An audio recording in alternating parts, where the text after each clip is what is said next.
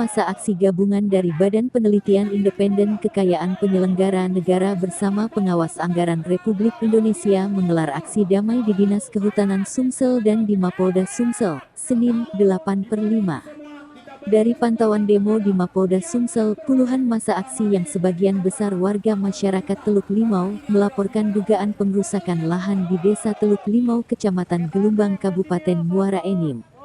Kedatangan massa mendesak Kapolda Sumsel Irjen Pol A. Rahmat Wibowo segera menurunkan tim menyelidiki kerusakan hutan oleh oknum berinisial PG.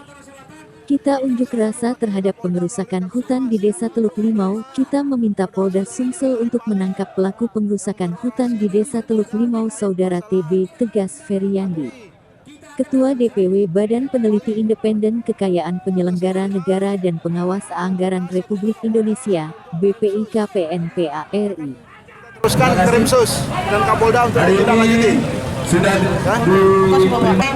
512 anggota kelompok tani putar dengan damai ke rumah masing-masing. Tapi setelah ini kita angkat saja. Waalaikumsalam warahmatullahi wabarakatuh.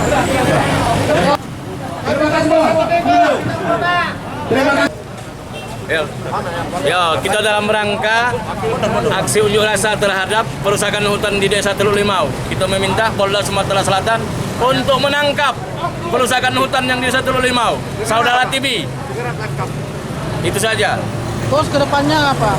Kalau Polda tidak ada menindaklanjuti, masyarakat dari Teluk Limau akan menginap hari Senin di lebih banyak lagi. 500 kelompok tani. 500 kelompok tani akan turun ke Sumatera Selatan.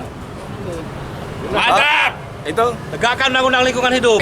Dari media. Oke.